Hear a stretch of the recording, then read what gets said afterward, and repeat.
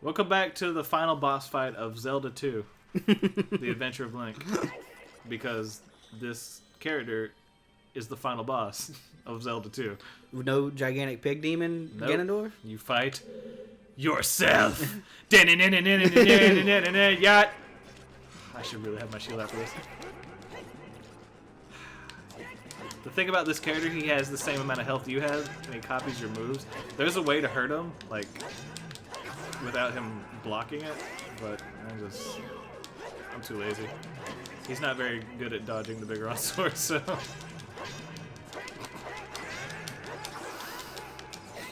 I see absolutely proceeds to tear you apart. He okay. Well, he's hitting me, but since we're both swinging at the same time, look at my health. He's not doing any damage to me. I can't lock on to him for some reason. Squat away! Imagine you're in a fight with someone and you're like, get away from me. Get away from me. I'm trying to do something. Get away from me. Alright. But they're just over there. Not even looking. They're looking off to the side, just swinging a sword.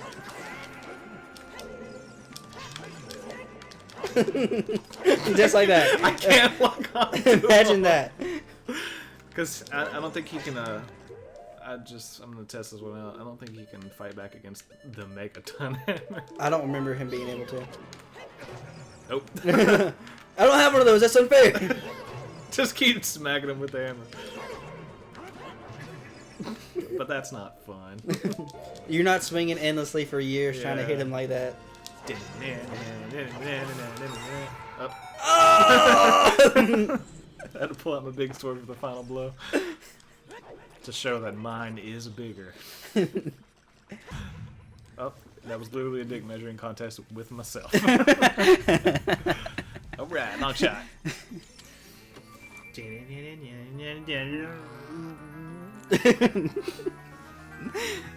Kanan, Drinking some Coke. What about Kanan? he's like, "Hey man, we should play Rock Band. This is how we can do it." And he like posts that link, and then I posted that. Oh, but then he was like, "Hey, yeah, man, you come pick me up and everything." And my thought was, "You have a motorcycle and a job, dude." Come pick me up. No, I drive to Albany like 3 times a week already. I don't need. I don't need to drive to Albany a 4th time. I listen to it. And I offered. I was like, well, I mean, you can ride with me on the days I have to ride back and forth. He's like, nah. He has his own work that he has to worry about. So, like, The availability is not going to match up very well. yeah. But him and Allison did break up, so I guess. I mean, I don't know if it was ever like an official they were together kind of thing, but I have no idea what's up I don't know with what they were him. going on. But since I've had my Hold on, can we pause this? We get a pause. Hello? Hey, what's up? I just got to Roberts. Yeah.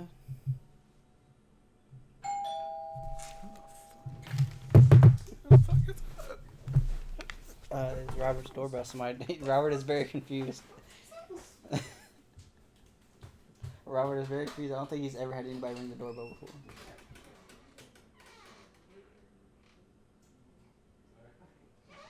No? Somebody's asking a question. Hold on a second. Save it until we start recording. I don't know. He said he's going to wait until we start recording again because apparently it's pretty funny. And we try to save all the funny talking for whenever we're recording. Fuck, won't they ship this? I have no idea what's going on. He just came walking back in laughing. Why won't they ship this? I said he just came back in laughing. Love you too. Bye.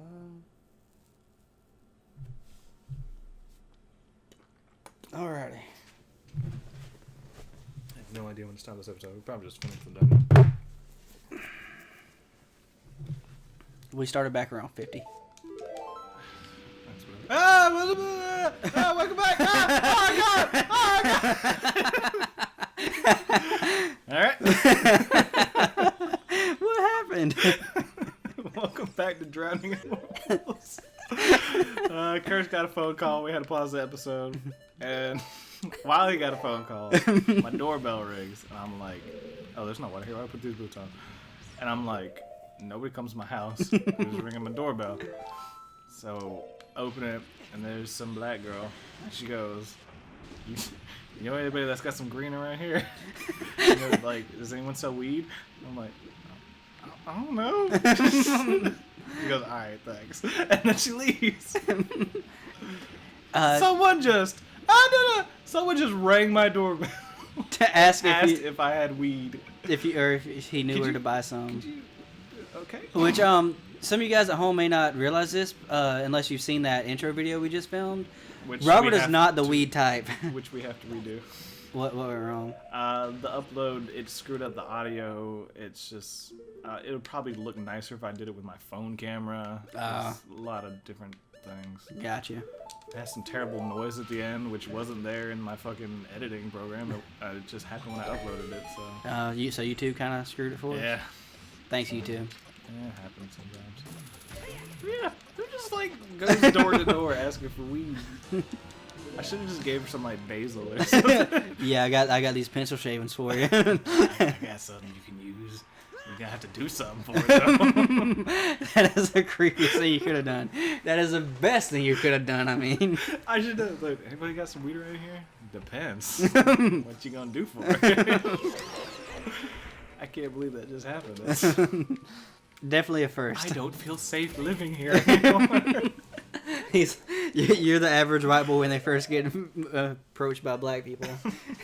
Like, I don't wanna. So what were we talking about? We were talking about Kanan. Were we? Yeah, we were talking about how him and Allison possibly broke up. Maybe, we don't know what the fuck they had going on there. Yeah. So since I had my thing with Allison and we talked about that, you had your thing with Allison, we talked about that. Let's get Kanan on the show. We'll talk about it some more. Because I'm pretty sure everybody really cares. Yeah. We need to get Brett on here because Brett did date her for like a week. I don't know if it counts as dating. They held hands a little bit. It was close enough. Yeah. She managed to make it through like 4 friends, and it was pretty hilarious. It happens sometimes. Not hilarious at the time. At the time, I was like, "What the fuck?"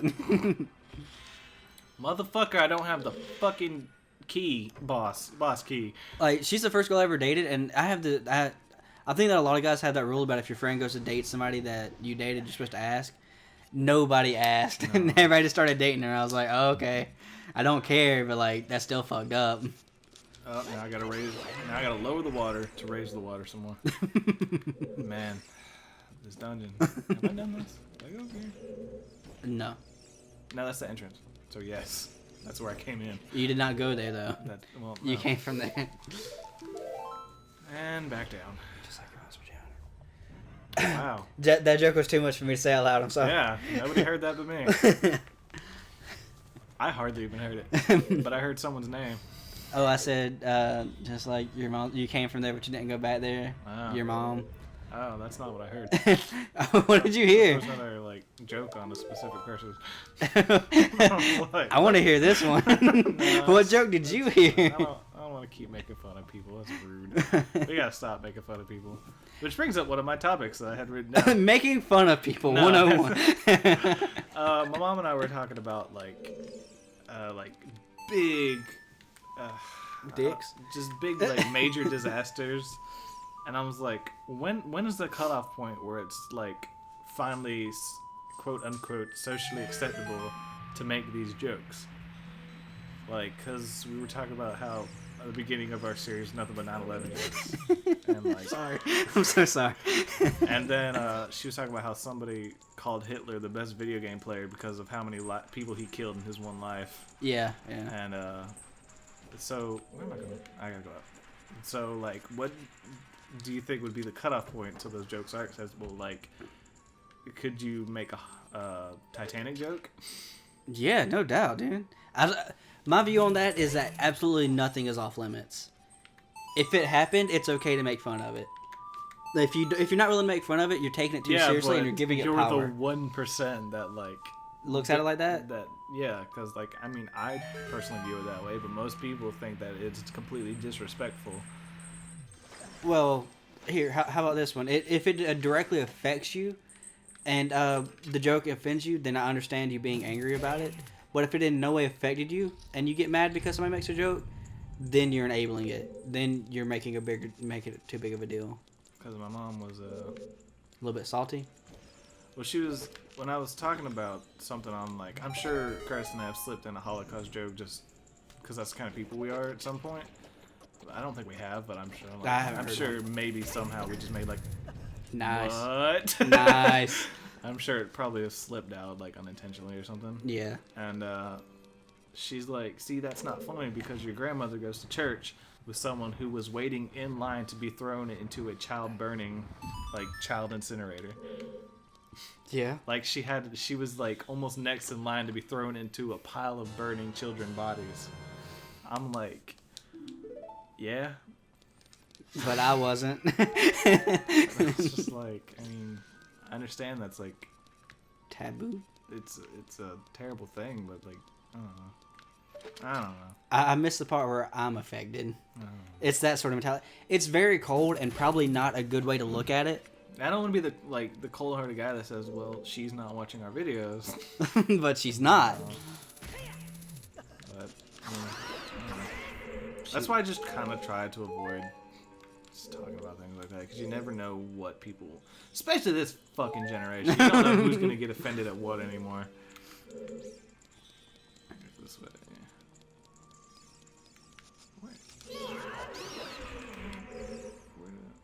I need to go in there, don't I? Yeah, I do. We would have been done if I'd remembered to get this this boss key. Oh yeah, that's probably pretty important, huh? I hope this tactile doesn't hit my face. Yeah, I've seen too many comedy, like stand-up comedians to like really be affected by anything like that. Because comedy nowadays is no longer about like a witty pun or like a well-timed dick joke. Mm. It's all about being as like edgy as possible. And the best example of that is Anthony Jeselnik still has a career. If you don't know who that is, good for you. If you do, I don't know who that is. He is hilarious, but he makes the worst jokes. Like, it's all along the lines of like dead baby jokes. Ah. But like they're slightly more highbrow and not quite as annoying because they're not so overdone. Mm. Like he does like classy Holocaust jokes. That's the best way to describe him. If there's such a thing as a classy Holocaust joke, he pulls it off. I was like, oh, there is. Is there a fairy in here? Yes. You bitch. Cool. How did I remember that? Because, you know, this boss is so terrifyingly difficult that I'm going to need a fairy. So, just in case. But that's a good segue into another thing. Like, the thing with the internet, everyone has to one-up each other now. And so, like, now pranks and internet challenges are just going ridiculously far. Yes. Like, pranks used to be, like, I don't know if anyone knows, probably because he's one of the most subscribed people, Nika Higa. Mm-hmm. He did a video kind of recently about this, about how pranks used to be kind of like, you know, spraying the floor with Pam and then someone slips and you're like, you fell. And then it's just turned to, like, people just going on the streets and just fucking with random people where they're about to get beat up. Oh, I can't do it without the bits. I have to do it without the bits. And then people consider pranks to be like where they hide around a corner and wait for their friend to come around. They just punch him in the face or something. Like, oh, you got pranked.